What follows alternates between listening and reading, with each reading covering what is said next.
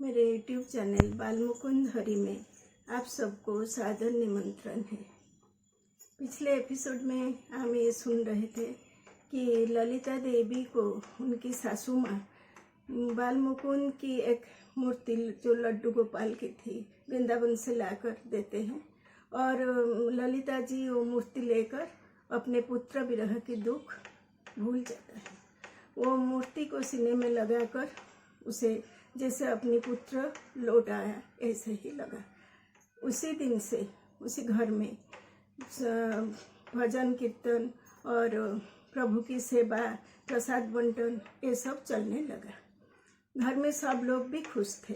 इतने में सासू जी फिर वृंदावन लौट जाने के लिए कार्यक्रम आरंभ कर दिए। इतने में एक दिन ललिता देवी देखते हैं कि सासू माँ की घर से कोई आवाज़ नहीं आता है। सासू माँ तो हर रोज़ प्रातः समय उठकर अपने पूजा पाठ लेकर स्नान ध्यान करके पूजा पाठ लेके बैठ जाते थे, पर उसी दिन कोई आवाज़ नहीं आया। तो ललिता देवी ने सासू माँ की दरवाज़ा खटखटाया। दरवाज़ा अंदर से खुला था। तो ललिता देवी ने देखा सासू माँ ने हाथ में जपामाली लेकर आँख मूंद कर चेयर के ऊपर बैठे हैं। तो उन्होंने सोचा सासू माँ ध्यान कर रहे हैं, पर कुछ देर उधर खड़े रहकर उसे लगा कुछ अटपटा सा लगा। तो वो पास जाकर जैसे सासू माँ को छूकर माँ जी बोल के सासू माँ को पकड़े रखे तो देखा कि उनकी शरीर बर्फ जैसी ठंडी थी। तो घर में शोक का वातावरण छा गया। डॉक्टर साहब अपने माँ की प्रति अपने पुत्र की कर्तव्य जो दाव संस्कार इत्यादि विधि विधान से किए। उसके बाद उनके मन में जैसे एक दुख सी रह कर उठती थी कि अपनी माँ से वो बिछड़ गए। और ललिता देवी जो अपनी सासू माँ को अपने माँ की तरह प्रेम करती थी, श्रद्धा करती थी, वो मन ही मन बहुत दुखी हुई। इस तरह समय के साथ आगे जाते हुए सब लोग दुख सुख भूल जाते हैं। ऐसे ही इनके साथ हुआ। कुछ देर बाद अमित ने अपनी पढ़ाई ख़त्म करके घर लौट आया। अब डॉक्टर जी उसे छूट दे रखे थे कि वो अपने आप जो कुछ चाहता है वही करेगा। वो बिजनेस करेगा कि आगे पढ़ेगा वो उसका ऊपर निर्भर करता है। तो अमित ने बोला वो बिजनेस करना चाहता है।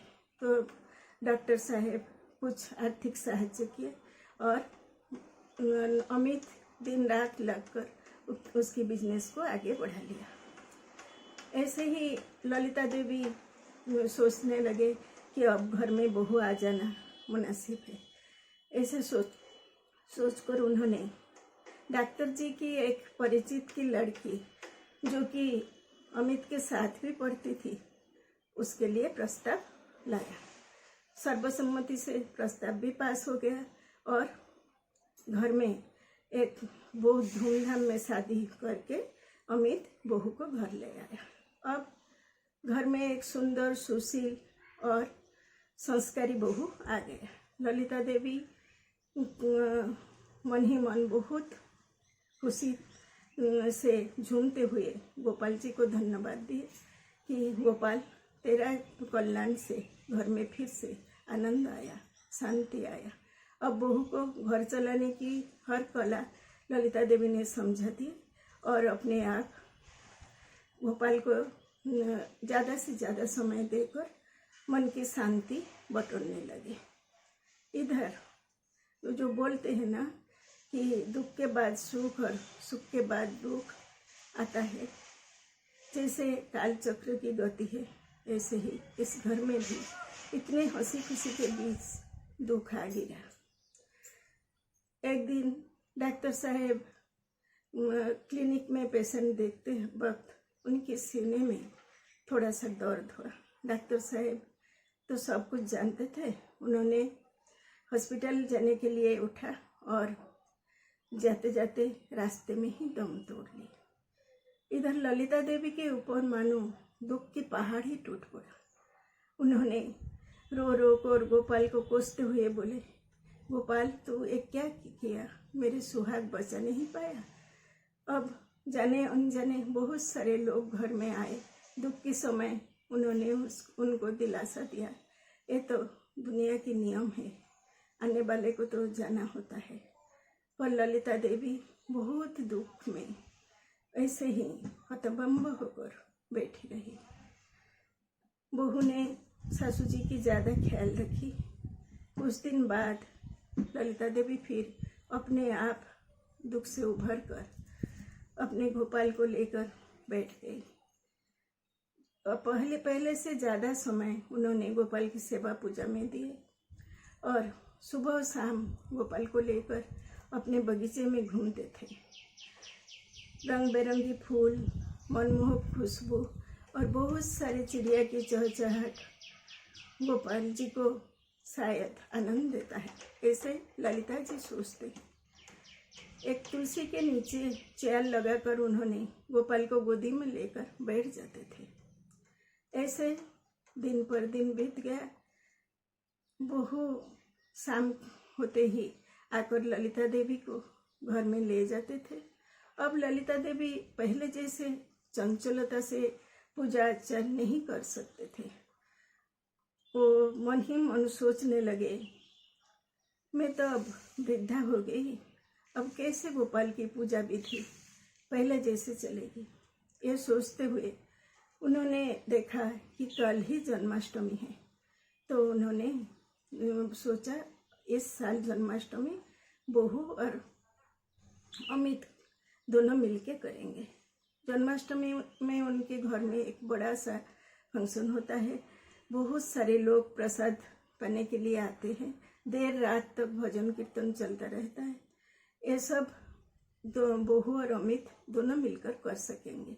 ऐसा सोचकर ललिता देवी ने अमित को बुलाया और बोला, बेटा मेरे लाडले गोपाल को बड़े लाड प्यार से ले जाओ, उनके लिए नए वस्त्र मंगाओ, नए आभूषण मंगाओ, और कल जन्माष्टमी है, तुम पहले जैसे हमारे घर में होता था वैसे ही धूमधाम में जन्माष्टमी पालन करो। वो अमित माँ जी के हाथ से गोपाल को लिया और जैसे ही अमित आगे बढ़े गोपाल उनके हाथ से गिर गया।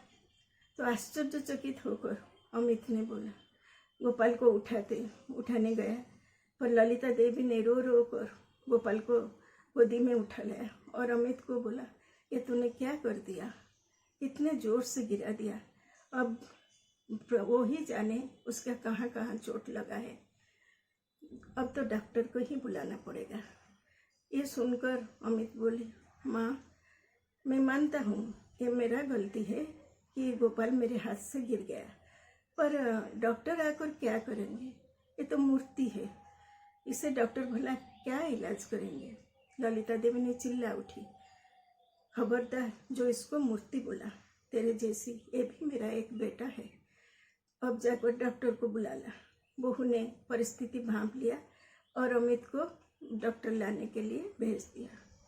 अब पड़ोस में एक डॉक्टर रहते थे, अमित जाकर बुला लाया। डॉक्टर साहब आकर जब देखे कि उन्हें मूर्ति का इलाज करना हो तो उन्होंने हतचकित हो गए, पर माँ जी की जीत देखकर उन्होंने मूर्ति को हाथ में लिया, इधर उधर देखा और फिर बोला, माँ जी सब कुछ ठीक है, आपको आपके गोपाल को कहीं पर चोट नहीं है। ये सुनकर माँ जी चिल्लाई, बोले, तुम कैसे डॉक्टर हो, तुम क्या मरीज को घुमा फिरा कर देखते हो, वो तुम्हारे गले में क्या पड़ा है, उसे लगाकर मेरे गोपाल को देखो तो समझोगे। डॉक्टर साहब ने माँ जी को संतुष्ट करने के लिए टेथिस्कोप लगाकर गोपाल के हाथ पीठ देखे। अब डॉक्टर साहब की आंखें बड़ी बड़ी हो गई और घबरा कर उन्होंने बोला, अरे इसका तो हार्ट बीट चल रहा है। फिर एक बार नहीं 7 बार उन्होंने चेक किए, हर बार वही धड़कन ही सुनाई दी। तो गोपाल जी ने अब डॉक्टर जी ने घबरा गए और हाथ जोड़कर माथा नीचू करके वो माँ जी को और गोपाल को बार बार प्रणाम किए। अब उपस्थित सारे लोग माँ जी को और गोपाल को प्रणाम किए। ये है भक्ति की शक्ति जो एक मूर्ति में भी जान डाल सकती है और उनकी दिल में धड़कन जगा सकती है। भक्ति में बहुत शक्ति है। हमारे ये गोपाल कथा अगर आपको आनंद देता है तो प्लीज़ हमारे ये चैनल बालमुकुंद हरि को आप कृपा करके शेयर कीजिए, लाइक कीजिए और सब्सक्राइब कर दीजिए ताकि बहुत सारे लोग इसका आनंद उठा सकें। नमस्ते, फिर अगली बार।